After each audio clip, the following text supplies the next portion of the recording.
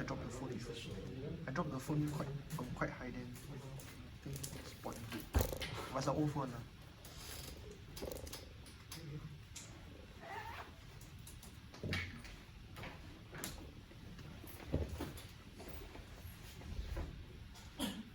Okay, so Archipelago is now open. So this time around is like mostly MCQs, so hopefully it's not too difficult for you all.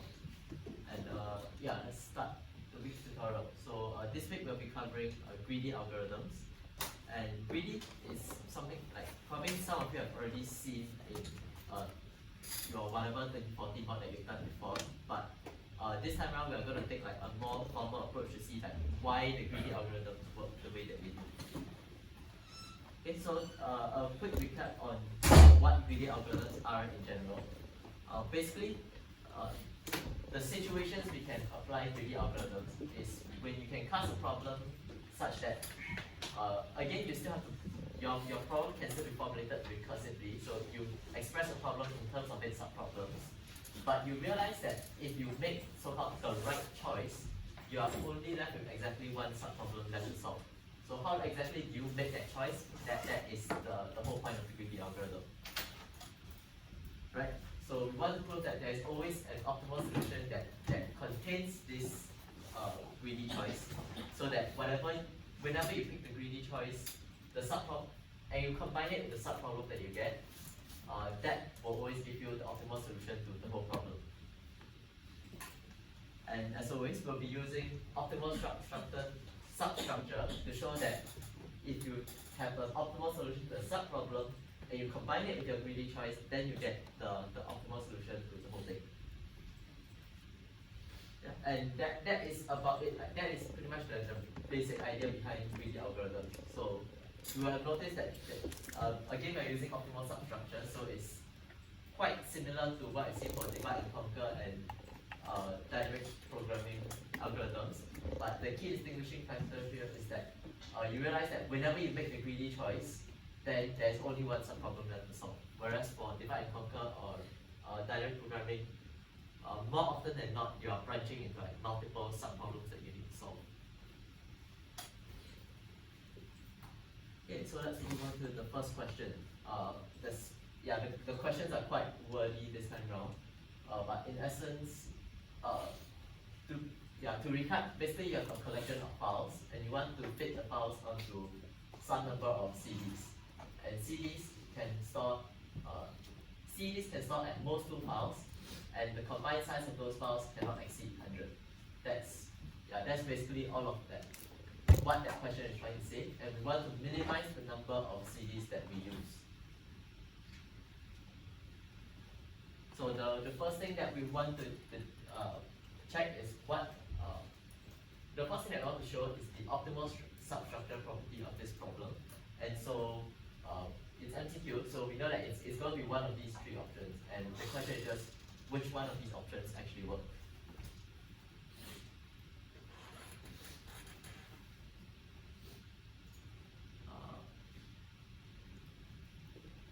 Okay, so it looks like most of you have the right idea already. So for this question, if you just like try some counter examples, it should be fairly easy to see that the answer is B, or option 2, basically the middle option. So we can come up with some counter examples to show why the option A and option C are wrong. So for example, answer A does not work because you cannot just take any 2 files and just pair it up and then let it be optimal. So for example, if you have like 10, 20, 80, and 90 as your files, then the optimal solution involves 2 CDs, and you get that by pairing up 10 and 90, then 20 and 80.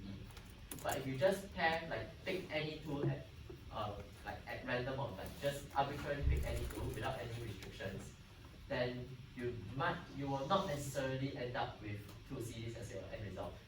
For example, if you pair up like 10, 20 as your very first choice, then you are left with 80, 90, and then 80, 90 itself will require 2 CDs already. So that will require 3 CDs if you pick 10, 20 first. So that's why your option 1 here, for any pair of files, it doesn't work, right? You can't just pick any pair of files F1, F2. now we're going to show why answer C does not work. So answer C is if F1 and F2 are the largest and smallest files in the entire set, then just simply pair them up, right? And then you take, and then you exclude F1 and F2 from the problem, and you're left with a smaller problem. Now this doesn't work, and intuitively is simply because there's no guarantee that the largest and smallest file can fit onto a single CD. So for example, if let's say your A consists of like this set of files, and then you realize that the largest file, right? The largest file cannot be paired with the smallest file because the largest file is simply too big. And when such things happens, basically you have to leave the largest file like on a CD of its own, and then like you have to pair it up with something smaller, like let's say 10 and 30 or something like that. Then an optimal solution here will involve 4 CDs. So for example, if you have 10 and 20, then 95 and 99, obviously they have to be on their own CD because they can't fit with anything else. Then if you have an allocation like this, you'll end up with 4 CDs at the end. But if we just try and compute, if we just try like brute force and try and compute this anyway, we just like take the largest and smallest file and just throw it out of the problem, and you just compute it blindly. What you'll get is you'll get like 1 because you pair up 10 and 99 wrongly paired, and then you take the remaining subproblem 20, 30, 95. This can be solved with 2 CDs. So 2 plus 1 you'll get 3, but that's kind of not right, because you can't have an answer of 3 if you know that the optimal answer is 4. So that kind of gives you an idea that the expression given by option 3 is not going to be correct. And so I guess what we're more interested in actually, like now that we've shown that option A and option C are wrong, the more interesting thing is why is option B correct? So we're going to use a technique similar to what was in the lecture, like the cut and paste argument here, to show the optimal substructure property. So basically, if you consider any optimal solution here, you can if you take out any pair that has been matched together in the same CD in that optimal solution, and you consider what are the rest of the things inside of it, the rest of it also has to be an optimal allocation for you to have, for your entire solution to be optimal, right? So I'll go through a quick illustration over the next few slides. So this is just a way to visualize things, right? So let's say our CDs are like these boxes over here, and our files are these like balls down here. And our objective is to try and fit the files into the boxes here. Again, subject to the constraints that the files do not exceed the size of the box, and there are at most 2 balls inside the box. Right? So everyone gets this analogy so far? Okay, then just to illustrate a bit further, here is what an optimal solution might look like. So you fit everything in, you fit all of the balls inside of the boxes subject to those conditions. So there's one thing that I want to stress here, and that is like the optimal solution here is in most cases the optimal solution here is not going to be unique, right? Because the objective of our problem here is just to minimize the number of CDs or the number of boxes that we use. So although this is one optimal solution, although that if you can find another allocation that also involves 4 CDs, then that will also be another optimal solution, right? So it's not necessarily, this solution is not unique. So that is something that we'll revisit. We'll revisit like a few times throughout this tutorial, right? So just bear that in mind that the optimal solution is it's not unique, and that's why we say like we tend to say an optimal solution instead of the optimal solution. Okay, but anyway, for this solution right now, we pretend that we don't know what this entire solution looks like, right? This is just an illustration, but instead, what I want you all to consider is our optimal solution. Suppose the only thing that we know now is that in our optimal solution, these two files here have been packed together into a single box. Right, so that is all we know for now. And then what can we say about the remaining subproblem? What can we say about the remaining subproblem here? And we can show that for our remaining subproblem here, to result in an optimal solution for the whole problem, this subproblem must also have an optimal solution by itself. And the way to show this is by the cut and paste argument, or more generally, it's basically a proof by contradiction. And as we all know, every proof by contradiction starts with the same two words, suppose not.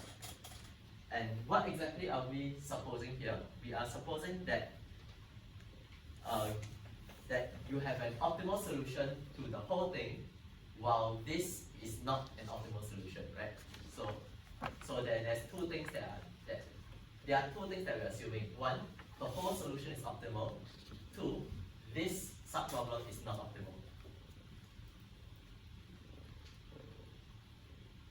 Then, if this subproblem is not optimal, then that means you can find some allocation that involves less CDs inside of it, right?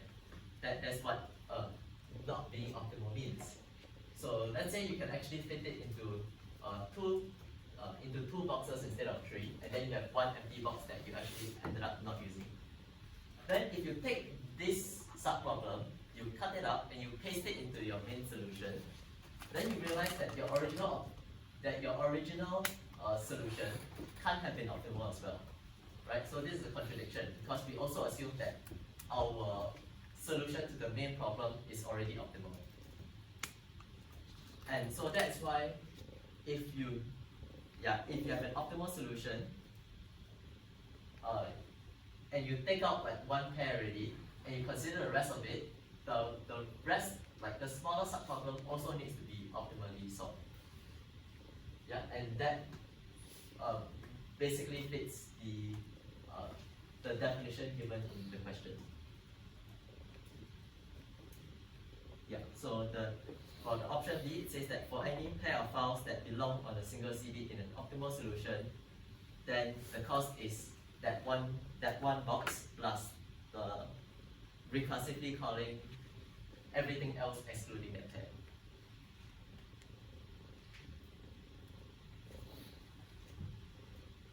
Okay, any questions so far? If not, then we can move on to question 2 here. So yeah, this time around, now that we've shown the optimal substructure, the second thing that we need to show about a greedy algorithm is basically the greedy choice property. And we'll give you some options here for like what are the statements that could form our greedy choice property. And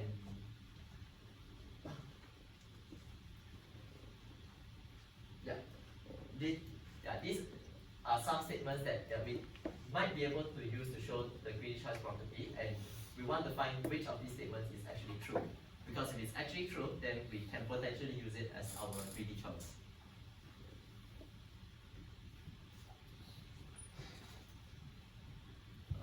Okay, so for this question, the solution is that it's a multiple response question, and what you'll find is that there are two options that are correct, which is the first and the second statements. For the answer here, like it's quite a big chunk of text, but this is something that you might need to write in an exam paper, but you don't have to memorize everything word for word today, right? So again, over the next few slides, I'll go through like illustration to give you the idea, and then when I give out the slides, then you all can slowly review through the wording here. Because for option 2, there's going to be even more words on the slide.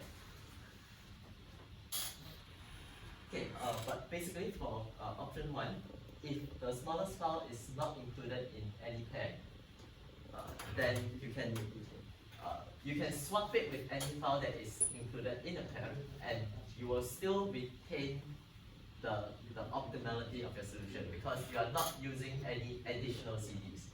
So this like idea of swapping things within a solution, this is what we call the exchange argument, right? So it's two very important words here, like exchange argument. Anytime you talk about greedy algorithms, like almost always we need to prove something, it involves an exchange argument. So just, yeah, if anything, for this tutorial, just remember that when you want to show greedy choice property, it involves exchange argument. Okay, then now we'll go through again the same analogy with the balls and the boxes, and we'll show why this statement is correct, that the smallest file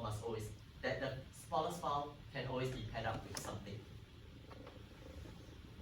So again, we assume that there's some optimal solution, and let's say it looks like this. And then there are two cases. Either the smallest is in a pair, is already paired up, or it is not. So if the smallest item is already paired up with something, then we are done, right? Because that's the statement, like that's the statement itself. The smallest file is paired up with something. So let's say the other case, let's say the smallest file for some reason is on a box of its own, and this is an optimal solution. Then you can basically exchange the files from this smallest file with a file from somewhere else, right? And the reason why you can do this is because this is the smallest file already. So if whatever you're exchanging it into, the total size inside that box will not increase, right? Because it's something smaller is going in. And whatever is coming out, because it's just a single file coming out, this can always fit into whatever destination box is going in as well, right? So that is why even after you swap it, you will still get an optimal solution because no additional boxes were created. So you still end up with 4 CDs being used, and so this is also another optimal solution. And that's why I want to stress that the optimal solution is usually not unique, and because you can make these exchange arguments to move around equally optimal solutions. Okay, now we want to show we want to show option 2 here. So option 2 says that you can always pair up the smallest file and the largest file that will fit with that smallest file. And yeah, like I promised, there's even more words on this slide. But yeah, basically we are going to show why that statement is true. Again, with another exchange argument. So here we take any optimal solution here, and then we look at what the smallest element might be. And we consider what is the largest element in here that can fit with that smallest element. Yeah, the color's a bit off here, but basically this is yellow and that is green. So in this case, yeah, they are either already paired up together or they are not paired up together. So as with the first option, if they are already paired up together, then that's just a statement that we need to show, so we are done. So now we need to show the other case where if they are not already paired together, then you look at the two elements here. So it's whatever the smallest element is already paired up with versus the green element that we are interested in. Then we claim that we can always swap these two around, again, exchange argument, and the swap can always take place, and the number of CDs does not increase. And the reason is because if you look at the smallest element's current partner, this is going to be smaller than the green one because the green one is the largest thing that can fit with the yellow ball. So that's why like this, the purple one can always move here, and the green one can always move down here because the green one is guaranteed to fit with the yellow ball, right? By the definition of the green ball, it is the largest element that can fit with the smallest element. So of course it can fit with the smallest element. once you have justified that the swap still leads to a feasible solution, then you perform the swap and you observe that you do not create any new CDs. And you've created an optimal solution where the smallest element is paired with the largest element that can fit with it. And then just to, for completeness for this question, we are going to show why option 3 is not correct. And option 3 is just pairing the smallest file and the largest file together. So this is a similar idea to the first question that we had, that the smallest and largest elements basically, there's no guarantee that they can fit together at all. So if you try and fit them together in some optimal solution, then you might get basically some invalid solution that's not even correct.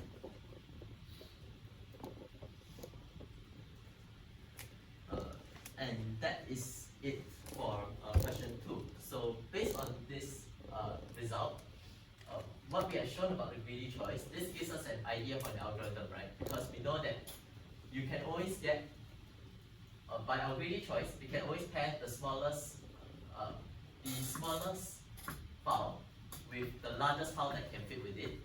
And once you have those files that belong in an optimal solution, you take those two files out of your problem, you are left with a sub-problem, and you recursively solve that sub-problem using the optimal substructure. And that's why you get that the entire algorithm is correct. And so that is what our question 3 is about. So now that we've come up with this idea already, let's try and apply it onto this problem over here and find out what is the minimum number of CDs required for this set of files here.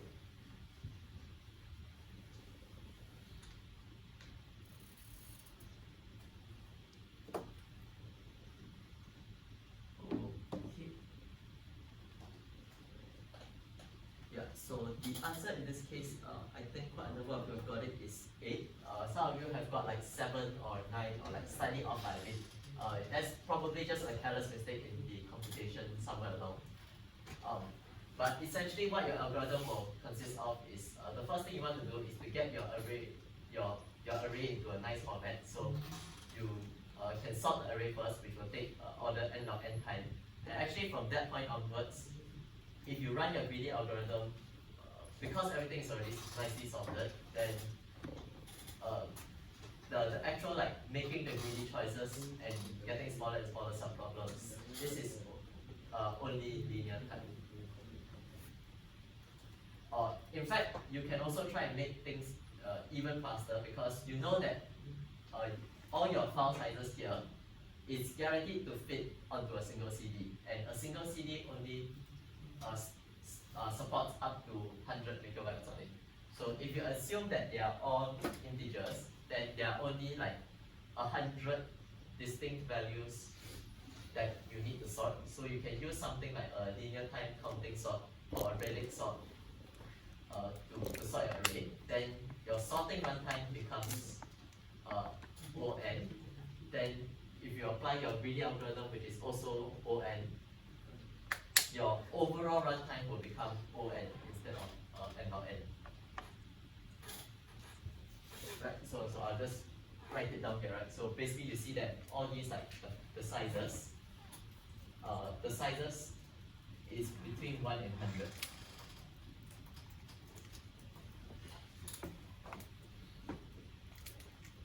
And assuming that they are integers, then you can use counting sort, which is order n. Then if you run the rest of our greedy algorithm, which is the applying your greedy choice and getting subproblems, getting smaller and smaller subproblems, the rest of the algo will also take order n time. So if you add these two things together, your overall runtime is order n.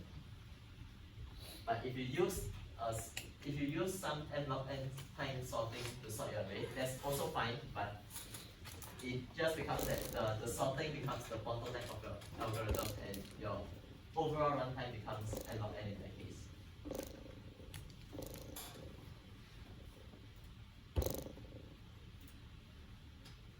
Okay, so now let's assume that the array is already sorted, either using the counting sort or using whatever sort that you like to use. And we'll show that how to actually get an optimal allocation over here. So we are going to maintain two pointers, one starting from the front and another one starting from the back. So this represents the notion of trying to pair up the small file and the large file together with each other. And remember, we are interested in pairing pair up one, the smallest file, because we have shown that the smallest file is always paired up in an optimal solution. And then the largest file that fits with the smallest file.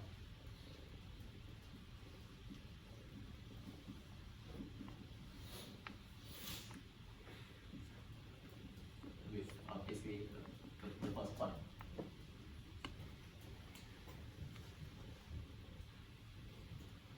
So now we are considering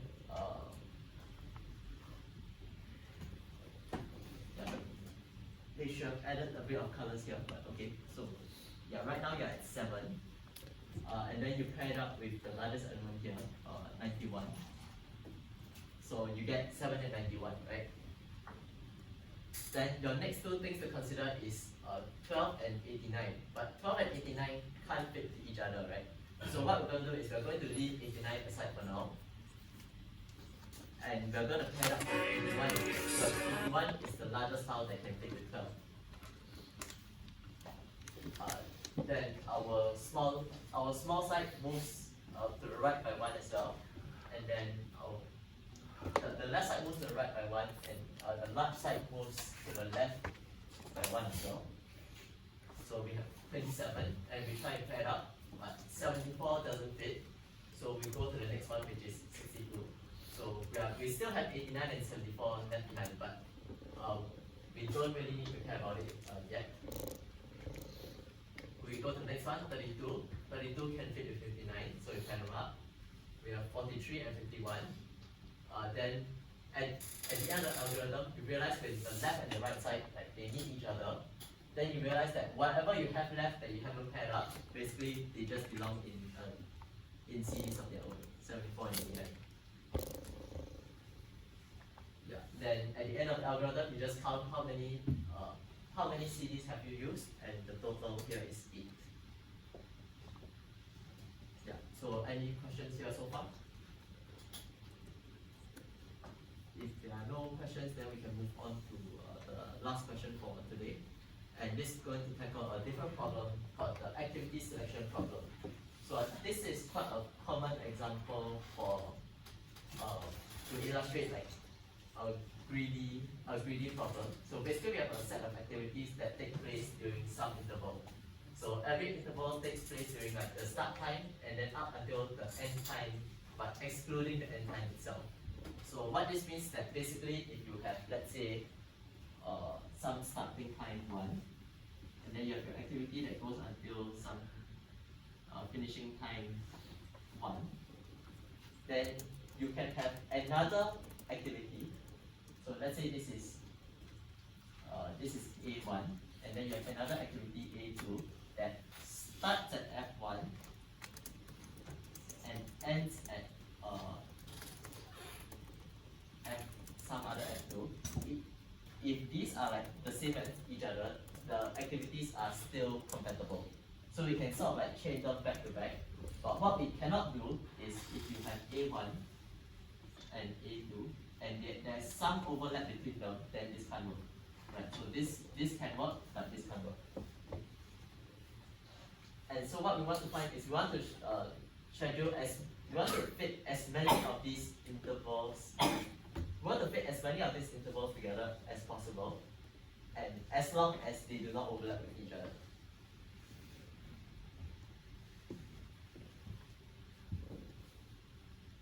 Yeah, so for example, again, let's say these are our intervals, then you can see that if you have if you have A2 and A3, they are back to back, you can still put them next to each other, they are still compatible.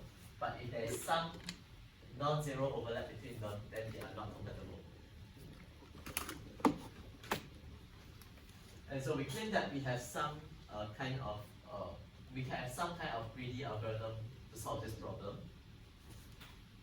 And we have some options here for what that greedy algorithm might be. Right? So again, greedy algorithms also always follow the structure of you can just take some choice at your current problem that leaves you with one subproblem. You optimally solve the subproblem, combine it with your greedy choice, and you get an optimal solution to the main problem.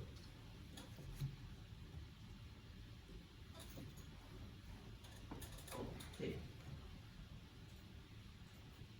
Yeah, so the reason why this why this problem is often used to discuss greedy algorithms, that you have a lot of these like fairly intuitive options, but it turns out that only one of these will actually work, right? And we're going to prove why that one actually works. So we're going to show our optimal substructure here, that basically, let's suppose some optimal solution here contains an activity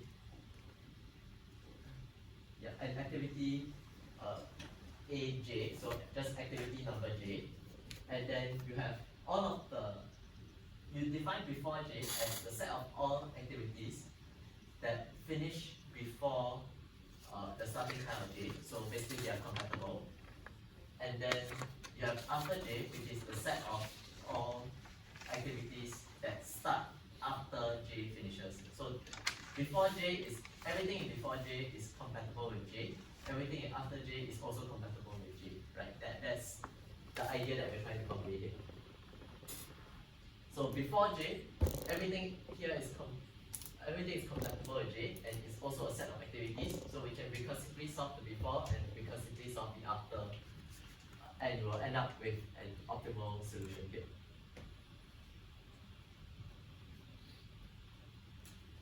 Okay, but that's not really the point of the question here. This is just to show the optimal substructure and why our algorithm can even be used for greedy in the first place.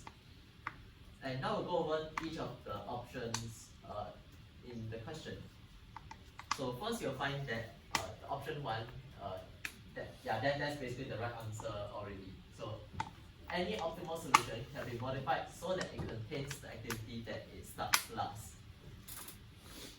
And yeah, you can actually just like draw out a few examples to convince yourself why this is the case. But essentially, the proof is the same. It's the same exchange argument that we've been seeing time and again. So you can always swap you can let A be the activity in S that starts last. So let's say you have some. Let's say your S consists of like something like that, then something like that, something like that. And then the activity that starts last, let's say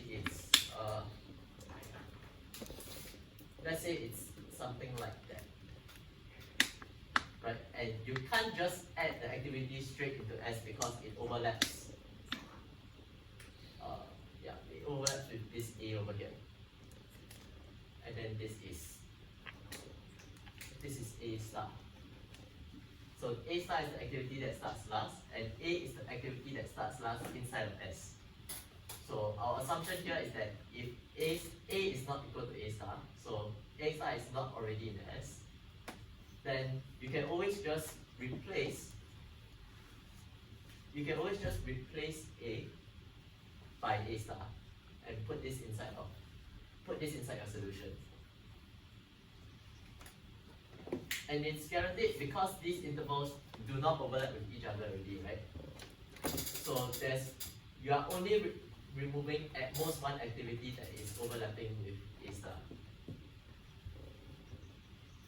And so you will not, by doing this exchange argument, the number of items inside of S remains the same.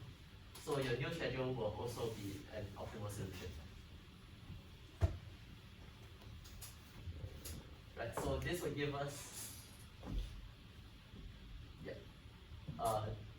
if you are given that all of your activities are already sorted in non-decreasing start time, then this gives us a greedy algorithm for solving this scheduling problem, right? You can always just take things from the later start time and then you work your way backwards. Yeah, so I guess the main challenge behind this problem is to visualize why this exchange can work. The fact that there is only, if you try to add A star into the solution, there's only one activity in S that gets removed, which is A. And there are no further elements getting removed.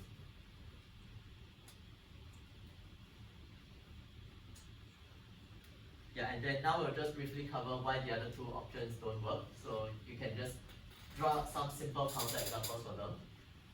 So suppose for option 2, which is choose the activity that ends last and then recurs. So for option 2, what you will end up with is, let's say, you have 1 till 10, 1 till 5, and then 6 till 9. Right, and then so if you take whatever activity just ends last, this thing can just like span the entire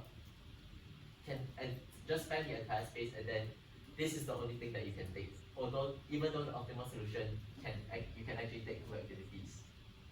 So that is why option 2 does not work.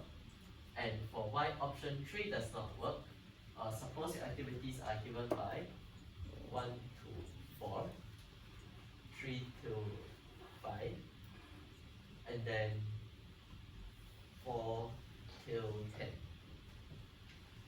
And option 3 says just take the shortest activity A, discard those that conflict with A, and recurse. So you can see that in this case the shortest activity is 3, 5. And if you take 3, 5, you end up having to exclude 1, 4, and 4, 10, which is not the optimal solution, because the optimal solution does involve 1, 4, and 4, 10, and not 3, 5. Yeah, and that's basically it for this question, and that's it for this tutorial as well. Yeah, so if you have any questions, you can come find me. If not, that's all I have for